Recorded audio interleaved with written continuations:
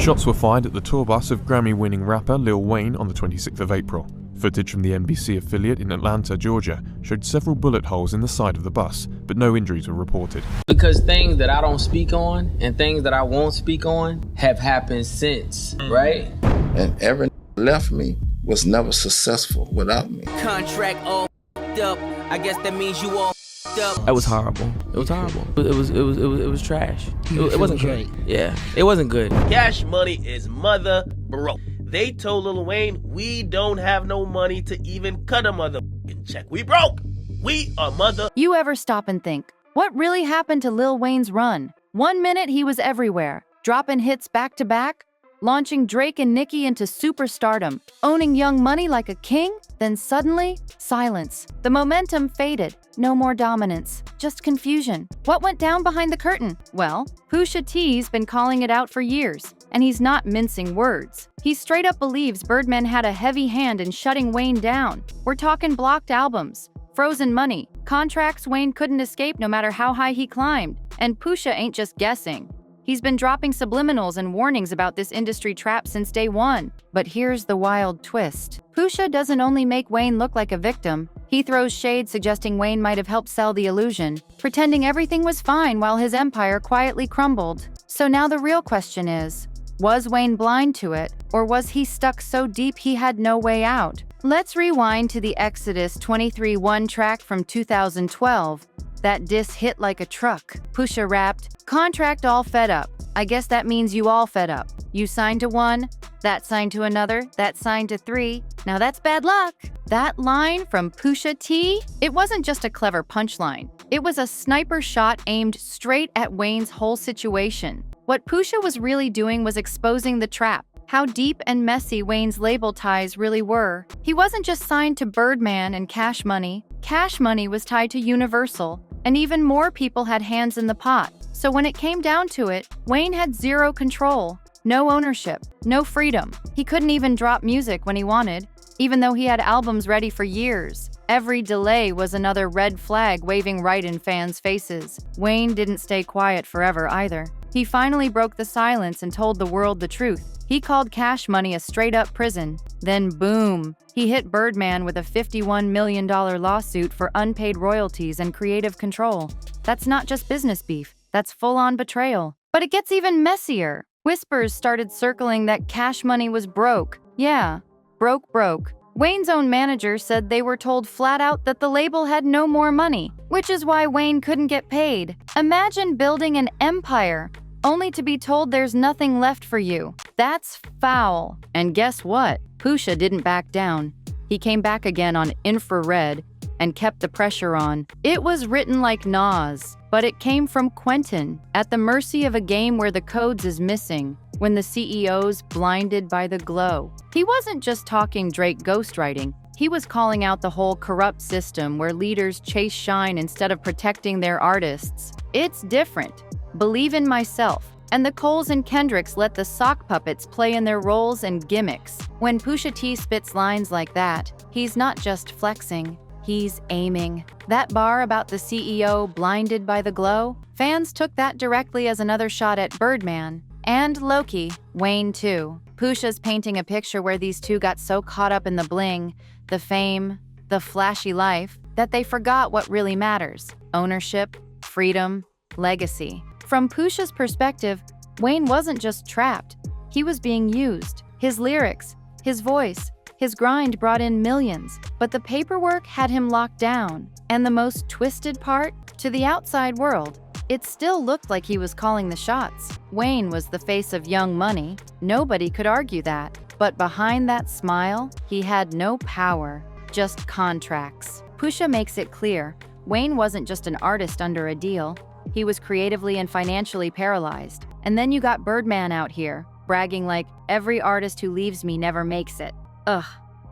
Now pause and think about that for a second. Was that just ego talk? Or was it a veiled threat, like he was warning Wayne, try to break away and watch everything you built fall apart? That don't sound like mentorship, that sounds like control. And from Pusha's view, this wasn't just messy business drama, it was a calculated takedown, a slow bleed wrapped in loyalty, masked as family, dressed up to look like partnership. But when you pull back the curtain, you gotta ask, was Wayne really in the dark about how deep the trap went? Or was he in on the act the whole time? Here's the uncomfortable truth nobody wants to say out loud. If Wayne knew the house was on fire, why'd he keep dancing in the flames? Why keep calling Birdman Pops on camera, doing sold-out shows and smiling in interviews like everything was all good? Let's not forget, Pusha T called it out directly on Twitter. He pointed to a moment where Wayne basically admitted he was okay with how Birdman treated him all those years.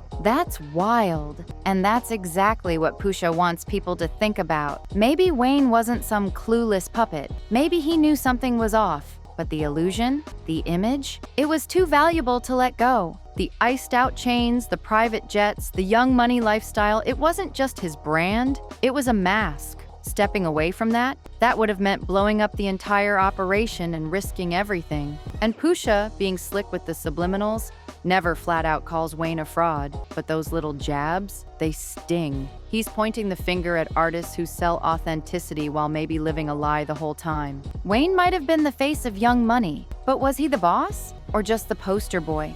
While someone else was calling the shots from behind the curtain. This ain't about dragging Wayne, it's about asking the real question. What happens when the artist becomes the product? When the label owns the name, the image, the voice, and all you've got left is the performance? That disconnect right there? That's what Pusha T keeps hammering home. And truth be told, it ain't just about Wayne anymore. It's a whole industry pattern. Some say Wayne didn't know what was really happening behind the scenes. Others believe he knew exactly what was going on, but kept quiet because those checks kept clearing until they didn't. Either way, once the money dried up and the chaos spilled into the public eye, the mask started slipping, and Pusha had been waiting for that moment. Like he knew the whole show was smoke and mirrors, and he was ready to expose it piece by piece. Wayne's label drama was already major. He was out here publicly fighting Birdman for unpaid royalties, fighting for ownership, and begging to drop music he'd finished years ago. But then things took a dangerous turn. Wayne's tour bus got sprayed with bullets after a show in Atlanta. Alarma. The shooter? Jimmy Winfrey, aka Pee Wee Roscoe, who had known ties to Young Thug. And here's where it gets crazy. Investigators found out Winfrey called Birdman right after the shooting. Manam parandu ponadu. That call triggered major questions. Not long after, prosecutors straight up named Birdman and Young Thug in an indictment, saying they might be part of a wider conspiracy. Birdman was never formally charged, but just being linked to it? That raised some serious eyebrows. By that point, Wayne had finally started breaking away. He began speaking up about the money, the contracts, and getting his freedom back.